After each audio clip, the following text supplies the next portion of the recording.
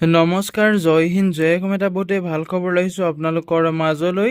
আজি পুনৰ নতুনকৈ পোষ্ট মুকলি হৈছে 2025 বৰ্ষৰ কাৰণে। যিহেতু SSC দিল্লী পুলিচৰ পোষ্ট মুকলি হৈছিলে 2025 বৰ্ষৰ কাৰণে, এই পদসমূহত আপোনালোকৰ আবেদন প্ৰক্ৰিয়াটো 22 ছেপ্টেম্বৰৰ পৰা আবেদন প্ৰক্ৰিয়াটো ষ্টাৰ্ট হৈ গৈছিলে। লগতে আপোনালোকে এই পদসমূহত লাষ্ট ডেটটো যিহেতু পাৰ হ'ল বুলি ভাবিছিলে, কিন্তু লাষ্ট ডেটটো আপোনালোকৰ এক্সটেণ্ড কৰি দিয়া হৈছে। অক্টোবৰ 31 তাৰিখলৈকে আপোনালোকৰ লাষ্ট ডেটটো এক্সটেণ্ড কৰি দিয়া হৈছে। যদি এতিয়াও আপুনি আবেদন কৰা নাই, আবেদনসমূহ কৰি ল'ব পাৰিব। যিহেতু SSC দিল্লী পুলিচৰ ফালৰ পৰা 7,565টা পোষ্ট মুকলি হৈছিলে কনষ্টেবলৰ কাৰণে। যদি আপোনালোকে আবেদন কৰা নাই, আবেদনসমূহ কৰি ল'ব পাৰিব। ইয়াতে ইম্পৰ্টেণ্ট ডেটসমূহ যিহেতু দেখিবলৈ পাইছে, এপ্লাই ষ্টাৰ্ট হৈছিলে আপোনালোকে 22 ছেপ্টেম্বৰ তাৰিখৰ পৰা আবেদন প্ৰক্ৰিয়াটো ষ্টাৰ্ট হৈ গৈছিলে।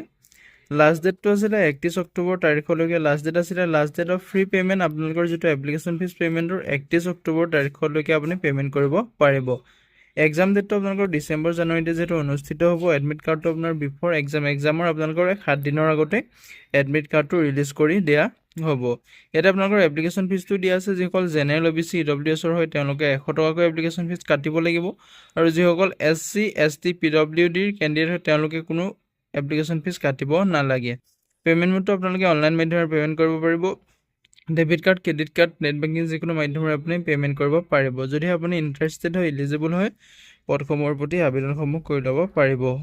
ইয়াতে যিহেতু আপোনালোকে দেখিবলৈ পাইছে SSC Delhi police constable notification 2025 ইয়াতে বয়সৰ সময়সীমাটো দিয়া আছে। যিহেতু আপোনালোকৰ মিনিমাম বয়সটোৰ 18 বছৰৰ পৰা আবেদন কৰিব পাৰিব। লগতে আপুনি মেক্সিমাম 25 বছৰ বয়সলৈকে আবেদন কৰিব পাৰিব। লগতে আপোনালোকে SSC ফালৰ পৰা যিখিনি প্ৰভাইড কৰে এজ ইলেকশ্যন দিল্লী পুলিচৰ কাৰণে, সেই এজ ইলেকশ্যনসমূহ আপুনি ল'ব পাৰিব।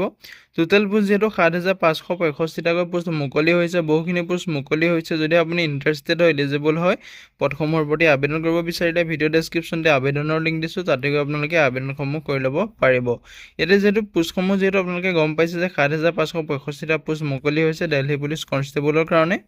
ইয়াতে আপোনালোকৰ ইলিজিবিলিটি ক্ৰাইটেৰিয়া দিয়া আছে। আপোনালোকৰ 12 পাছ কৰিব লাগিব, তেতিয়াহে আপুনি আবেদনসমূহ কৰিব পাৰিব। যদি আপুনি ফিমেল কেণ্ডিডেট হয়, মানে আপুনি যদি মহিলা কেণ্ডিডেট হয়, তেনেহ'লে আপুনি মিনিমাম 12 পাছ কৰি আপুনি আবেদন কৰিব পাৰিব। যদি আপুনি মেলৰ হয় বা পুৰুষ হয়, আপুনি 12 পাছ কৰাৰ লগতে আপোনালোকৰ মটৰ ভেহিকেলৰ এখন LMV লাগিব, ড্ৰাইভিং লাইচেঞ্চ লাগিব, তেতিয়াহে আপুনি আবেদন কৰিব পাৰিব। ইয়াতে আপোনালোকৰ SSC Delhi police constable recruitment 2025ৰ PET ইলিজিবিলিটি ইয়াতে মেলৰ কাৰণে দিয়া আছে, পেটৰ আপোনাৰ দিয়া আছে। এজটো যিহেতু গম পাইছে, আপ টু 30 ইয়াৰ্ছলৈকে আপুনি আবেদন কৰিব পাৰিব। 30 ইয়াৰ্ছলৈকে যিসকলে আবেদন কৰে সেইসকলে 1600 মিটাৰ 6 মিনিটত আপুনি ৰানিং কৰিব লাগিব, আৰু 14 ফিট লং জাম্প মাৰিব লাগিব। হাই জাম্পটো 3.9 ফিট, মিনিমাম আপুনি 3.9 ফিট মাৰিব লাগিব।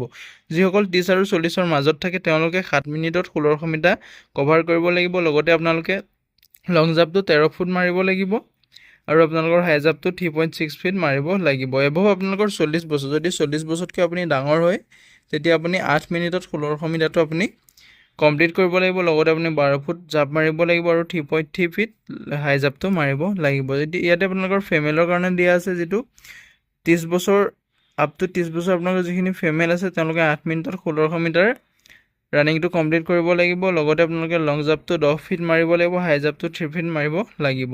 30 আৰু 40ত থকাসকলে 9 মিনিটত 1600 মিটাৰ কভাৰ কৰিব লাগিব, 9 ফিট জাম্প মাৰিব লাগিব। লগতে আপুনি 2.9 ফিট হাই জাম্পো মাৰিব লাগিব। এভভ 40 ইয়াৰ্ছ, যিহেতু 40 বছৰ ওপৰখিনি আপুনি 10 মিনিটত 1600 মিটাৰটো কমপ্লিট কৰিলেও হ'ব। লগতে আপুনি লং জাম্পটো 8 ফুট মাৰিব পাৰিব লাগিব, 2.6 ফিট আপোনালোকে হাই জাম্পটো মাৰিব পাৰিব লাগিব। যদি আপুনি ইণ্টাৰেষ্টেড হয়, এলিজিবল হয়, পদসমূহৰ প্ৰতি আবেদনসমূহ কৰি ল'ব পাৰিব। হাইটটো দিয়া আছে আপোনালোকৰ ইয়াতে দেখিবলৈ পাইছে, মেল ফিমেল দুইটাৰ কাৰণে আপোনাৰ হাইটটো দিয়া আছে। যিটো UR OBC EWS SCৰ কাৰণে আপোনালোকৰ 170 চেণ্টিমিটাৰ লাগিব। লগতে আপুনি ST হ'লে 165 চেণ্টিমিটাৰ আপোনালোকৰ হাইটটো লাগিব। চেষ্টটো ইয়াতে আপোনালোকৰ যিটো দিয়া আছে, UR OBC EWS হ'লে আপুনি 81টো নৰ্মেল থাকিব লাগিব। লগতে আপুনি 85লৈকে থাকিব লাগিব, ফুলাই মেলি আপুনি 85 কৰিব লাগিব। STৰ কাৰণে আপুনি 76ৰ পৰা 80লৈকে আপুনি কৰিলেও চেষ্টটো হৈ যাব। ইয়াতে আপোনালোকৰ যিহেতু ফিমেলৰ কাৰণে দিয়া আছিলে 157 চেণ্টিমিটাৰ থাকিব লাগিব। লগতে আপোনালোকৰ হাইটটো যিসকল UR OBC EWSৰ ফিমেল কেণ্ডিডেট হয় তেওঁলোকৰ 157 চেণ্টিমিটাৰ থাকিলেও হ'ব, আৰু যিসকল SC বা STৰ হয় তেওঁলোকে 155 চেণ্টিমিটাৰ থাকিলেও হয়।